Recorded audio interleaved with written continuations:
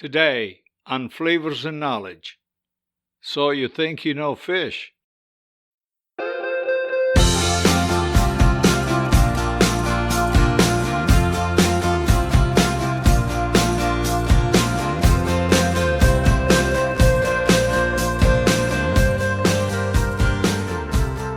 Hello friends, welcome back. I'm your host, Chef Walter Potenza, and this is another episode of Flavors and Knowledge.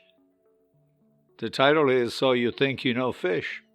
As a professional chef, I've always encountered various instances where mislabeled fish is prevalent in the culinary industry.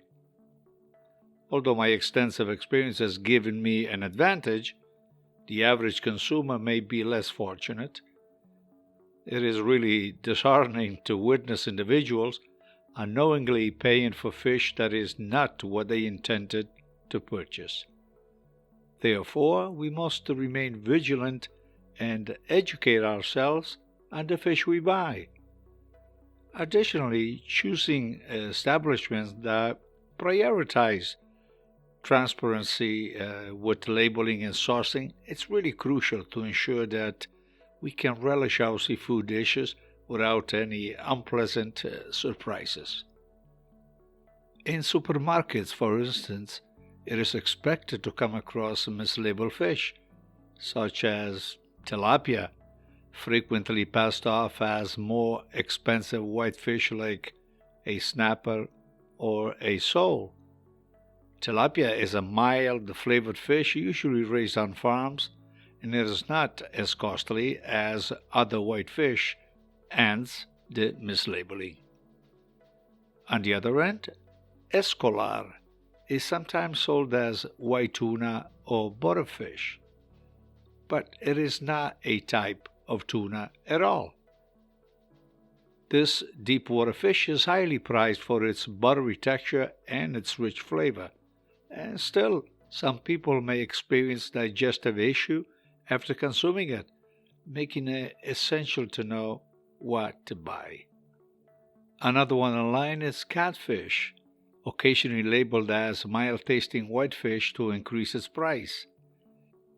This common fish in the southern part of the United States is often used in dishes like gumbo and jambalaya, including the ever-favorite fried catfish. Its mild flavor and tender texture make it an excellent choice for your next fish fry, but it is not always what it seems to be.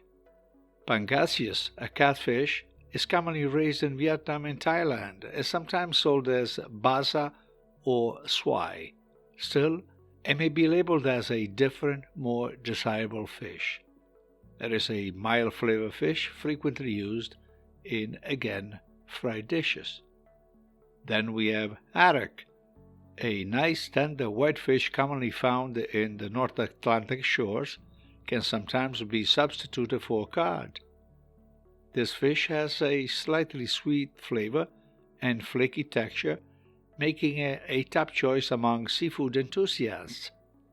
Mackerel, a fatty fish known for its strong, distinct flavor, is sometimes misrepresented as other types of fish like king mackerel, sold as Spanish mackerel. Then red snapper, the popular fish in the Gulf of Mexico, known for its firm white flesh and mild flavor, frequently replaced with cheaper fish varieties such as tilapia and even rockfish. And despite being less prone to mislabeling or substitution than other species, salmon and tuna remain subject to such errors.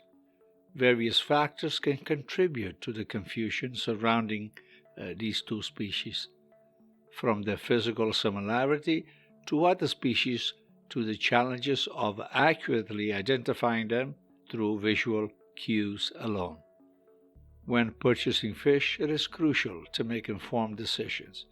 Consider opting for supermarkets or fish market with a solid reputation for accurate labeling and sourcing practices. Inquire about the fish origin and species from the fishmonger or the store manager, and always look for labels such as MSC, which stands for Marine Stewardship Council, or ASC, standing for Aquaculture Stewardship Council, to ensure that the seafood you buy is responsibly sourced and sustainable. Familiarize yourself with the visual characteristic of the fish you buy, such as the color, the texture, and the size, and consider buying whole fish as they are generally more comfortable to identify.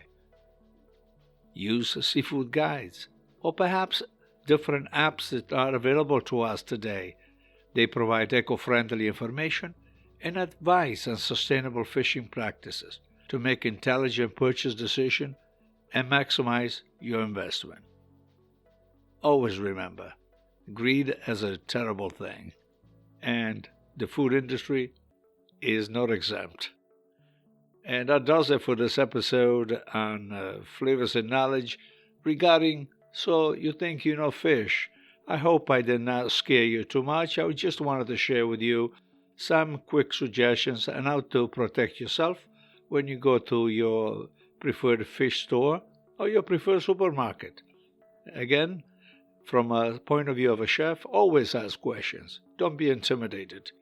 We'll reconnect on the next round. Please follow us on all the social network. Everything will be listed on the show notes. And for additional podcasts, you can check our website. Until the next time, if you're in the kitchen today or tonight cooking fish, keep your eyes on the fire. We'll check back next time.